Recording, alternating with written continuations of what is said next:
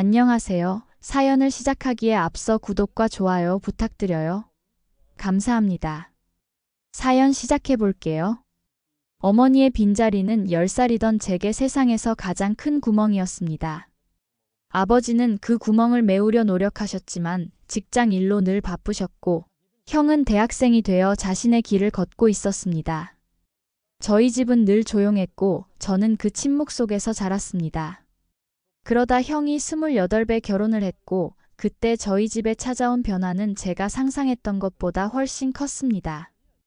형수님은 처음 저희 집에 들어오시던 날 환한 미소로 저를 반겨주셨습니다. 그때는 몰랐습니다. 그 인사가 제 인생을 바꿀 것이라는 사실을 말입니다. 형수님은 초등학교 교사였습니다. 아이들을 가르치는 일에 열정이 넘치셨고 그 따스함은 자연스럽게 저에게도 향했습니다. 처음에는 낯설었습니다. 누군가가 아침에 학교 갈 준비를 확인하고 제 방을 정리하라고 걱정하는 것이 부담스러웠습니다. 그러나 어느새 형수님은 단순한 시동생의 뒷바라지를 넘어 저의 두 번째 어머니가 되어주셨습니다. 특히 기억에 남는 것은 중학교 시절 아팠을 때였습니다. 고열에 시달리던 저를 위해 형수님은 밤새 저의 이마에 물수건을 갈아주셨고 죽을 끓여 한 숟가락씩 먹여주죠. 도련님, 건강이 제일 중요해요. 나머지는 그 다음이에요. 형수님은 늘 저에게 그렇게 말씀하셨지만 정작 본인은 저희 가족을 위해 자신을 희생하는 모습을 보여주셨습니다. 아침 일찍 일어나 도시락을 싸고 학교에서 아이들을 가르치고 돌아와서는 집안일과 저의 공부를 봐주셨습니다. 형수님의 하루는 언제나 바빴고 그 바쁨의 중심에는 늘 저희 가족이 있었습니다. 형수님은 제가 중학교 3학년이 되던 해부터는 제 공부에 특별히 신경 쓰기 시작하셨습니다. 성적표를 꼼꼼히 확인하시고 약한 과목을 찾아내 함께 공부해 주셨습니다. 형수님은 단순히 공부를 잘하라고 다그치는 게 아니라 제가 어떻게 하면 효율적으로 공부할 수 있는지 방법을 알려주셨습니다. 중요한 내용을 정리하는 법, 모르는 것을 찾아보는 법, 시간 관리하는 법까지. 고등학교에 들어가자 형수님은 제게 직업에 대해 이야기하기 시작하셨습니다. 형수님은 늘 제게 꿈을 심어주셨고 그 꿈을 이룰 수 있다는 자신감도 주셨습니다. 그리고 그 꿈을 이루기 위해 필요한 것들을 찾아 하나씩 채워주셨습니다. 대학 입시를 앞두고 가장 긴장된 시간을 보낼 때도 형수님은 늘 제 곁에 계셨습니다. 그때는 아버지의 건강이 악화되어 병원에 자주 다니시던 때였는데 형수님은 아버지 병간호와 제 뒷바라지를 동시에 하셨습니다. 아버지가 처음 병원에 입원하셨을 때 형은 회사에서 중요한 프로젝트를 맡고 있어 병원에 자주 갈 수 없었습니다. 그때 형수님은 낮에는 아버지 병간호를, 저녁에는 제 공부를 봐주셨습니다. 형수님의 얼굴에 피곤함이 역력했지만 그때도 제게는 늘 밝은 모습을 보여주셨습니다. 형수님은 제게 큰 위로가 되었습니다. 가족이 흔들릴 때도 누군가 든든하게 지켜준다는 것, 그것이 얼마나 큰 힘이 되는지 그때 처음 알았습니다. 제가 법대에 합격했을 때 형수님은 그 누구보다도 더 기뻐하셨습니다. 눈물을 글썽이며 저를 안아주셨고 특별히 제가 좋아하는 갈비찜을 해주셨습니다. 형수님은 그날 밤 저에게 제 어머니 이야기를 들려주셨습니다. 비록 직접 만나본 적은 없지만 아버지와 형에게 들은 이야기를 토대로 어머니가 얼마나 저를 사랑하셨는지, 어떤 분이셨는지 이야기해 주셨습니다. 마치 어머니를 만난 것처럼 생생하게 말이죠. 대학 생활은 새로운 도전이었습니다. 열심히 공부했고 로스쿨 진학을 목표로 삼았습니다. 그 시간 동안에도 형수님은 변함없이 제게 힘이 되어주셨습니다. 방학 때마다 형수님은 제가 좋아하는 음식을 해주셨고 제 고민을 들어주셨습니다. 아버지의 상태는 점점 나빠졌고 결국 제가 대학교 3학년이 되던 해에 돌아가셨습니다. 아버지의 장례식 때 저는 처음으로 형수님의 약한 모습을 보았습니다. 다른 가족들 앞에서는 늘 강한 모습을 보이셨던 형수님이 혼자 있을 때 우시는 모습을 보았습니다. 그때 저는 형수님에게 다가가 어깨를 감싸 안았습니다. 로스쿨에 진학하고 사법시험을 준비하는 동안에도 형수님의 지원은 계속되었습니다. 형수님은 제가 공부에 집중할 수 있도록 모든 것을 챙겨주셨습니다.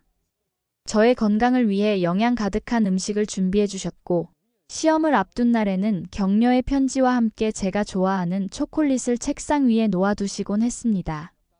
검사가 된 후에는 바쁜 일정 속에서 형수님을 자주 찾아뵙지 못했습니다.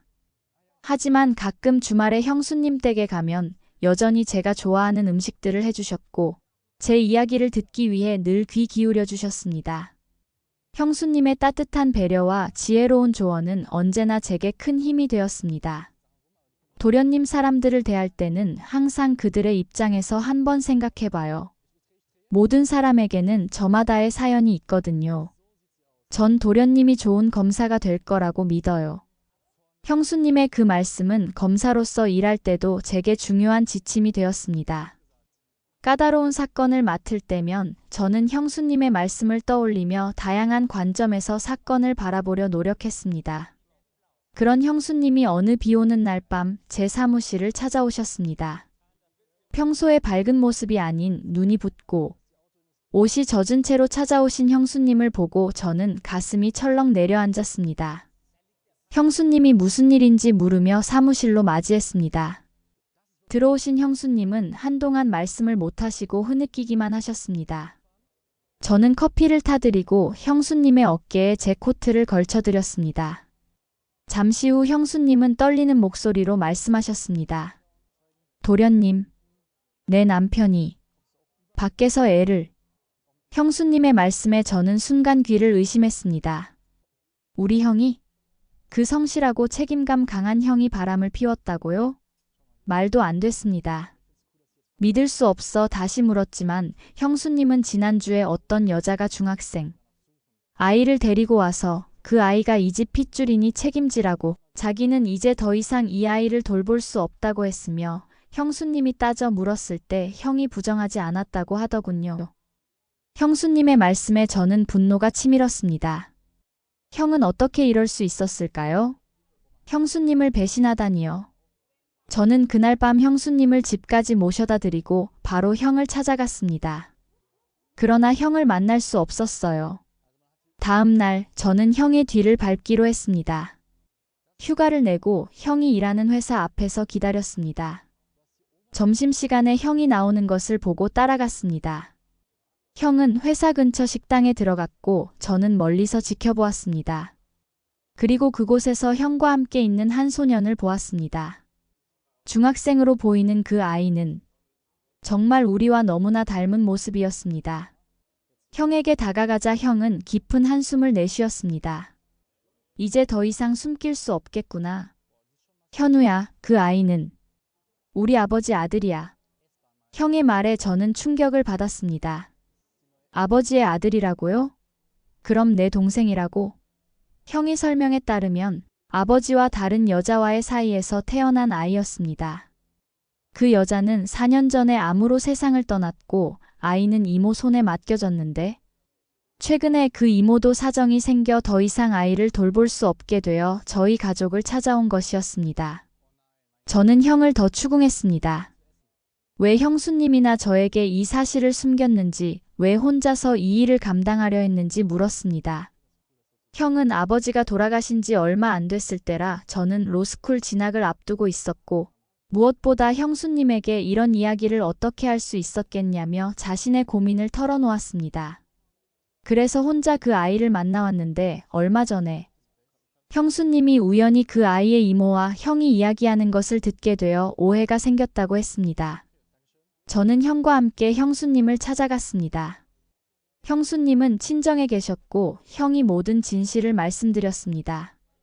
아버지의 다른 아들에 대한 이야기, 그리고 그 아이를 왜 숨겼는지에 대한 이야기를 모두 털어놓았습니다. 형수님은 한동안 말없이 형의 이야기를 들으셨습니다. 그리고 마침내 입을 여셨습니다. 여보, 왜 이런 중요한 일을 혼자 감당하려고 했어? 우리는 가족이잖아. 함께 해결할 수 있었을 텐데. 형수님의 말씀에 형은 고개를 숙였습니다. 형수님은 그 아이가 어디 있는지, 앞으로 어떻게 할 것인지 물으셨고 형이 회사 근처 원룸에 살고 있다며 아직 결정하지 못했다고 답하자 형수님은 잠시 생각하시더니 결단력 있는 목소리로 말씀하셨습니다. 그 아이를 데려와요. 어쨌든 아버님 자식인데 이제 보호자는 우리밖에 없는 거잖아요. 형과 저는 놀라서 형수님을 바라보았지만 형수님은 단호했습니다. 그 아이는 우리 아버지의 아들이고 우리의 동생이며 형수님의 시동생이라는 것, 가족은 함께 있어야 한다는 것이었습니다.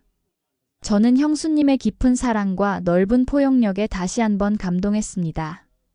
형수님은 단순히 좋은 사람이 아니라 진정한 지혜를 가진 분이셨습니다. 그 어려운 상황에서도 분노나 원망 대신 이해와 사랑을 선택하셨으니까요. 다음 날 아침 저는 일찍 일어나 주방으로 갔습니다. 형수님이 이미 아침 식사를 준비하고 계셨습니다. 형수님께 도와드릴 일이 있는지 물었지만 형수님은 거의 다 됐다며 낯설게 느낄 준호가 좋아할 만한 반찬이 뭘까 고민 중이라고 하셨습니다. 형수님이 뵐 면목이 없네요. 형수님은 잠시 손을 멈추고 저를 바라보셨습니다. 도련님 가족이란 건 그런 거예요. 좋을 때도 있고 힘들 때도 있지. 하지만 함께 견뎌내잖아요. 준호는 잘못이 없어요. 우리 도련님 검사잖아요. 여기서 가장 정의롭게 할 수 있는 선택이 뭐겠어요? 형수님의 그 한마디가 제 마음을 단번에 정리해 주었습니다. 그렇습니다. 준호는 가족이고 그 아이에게 가족의 따뜻함을 보여주는 것이 옳은 일이었습니다. 형수님 덕분에 제가 여기까지 왔어요. 어머니가 안 계셨지만 형수님이 계셔서 저는 행복했어요. 이제 준호도 그런 행복을 느낄 수 있을 거예요. 그날 아침 우리는 4명이 함께 식탁에 앉았습니다. 어색하고 낯설었지만 어쩐지 따뜻했습니다. 형수님은 준호에게 밥을 더 먹으라고 권하시고 학교 생활에 대해 물어보시며 자연스럽게 대화를 이끌어 가셨습니다. 형수님의 따스한 배려 덕분에 준호는 조금씩 마음을 열기 시작했습니다. 그렇게 준호는 우리 가족의 일원이 되었습니다. 물론 모든 것이 순탄하지는 않았습니다. 준호가 새로운 환경에 적응하는 데에는 시간이 필요했고 형수님과 형도 이 상황을 받아들이는 데 노력이 필요했습니다. 특히 준호가 처음으로 사춘기 반항을 보였을 때 형수님은 놀라운 인내심과 지혜를 보여주셨습니다. 준호가 학교에서 친구들과 다툼이 있어 늦게 돌아온 날 형은 화를 내려 했지만 형수님은 형의 손을 잡으며 말리셨습니다. 형수님은 준호에게 무슨 일이 있었는지 차분히 물어보셨고 준호의 이야기를 끝까지 들어주셨습니다. 알고 보니 준호는 자신의 가정 환경을 놀리는 친구들과 다툼이 있었던 것이었습니다. 형수님은 준호를 꾸짖는 대신 공감해 주셨고 더 나은 해결책을 함께 찾아주셨습니다. 그 모습을 보며 저는 형수님이 얼마나 현명한 분인지 다시 한번 느꼈습니다. 형수님은 늘 준호를 진심으로 대해주셨습니다. 무슨 일이든 예상대로 흘러가는 것은 쉽지 않지만 그 흐름 속에서도 변하지 않는 것이 있다면 그것은 바로 가족의 사랑이 아닐까 싶습니다.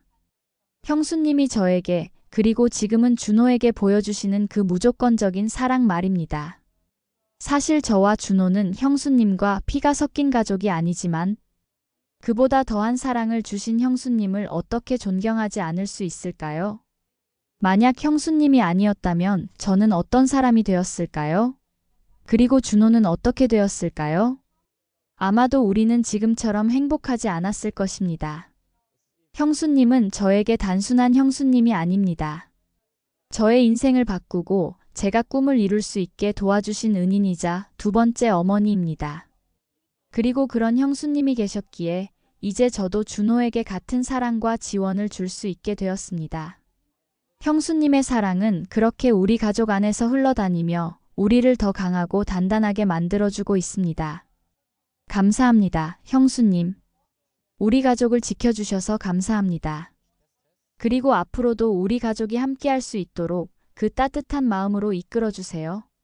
제 긴 이야기를 끝까지 들어주셔서 감사합니다. 구독과 좋아요, 알림 설정까지 잊지 마세요.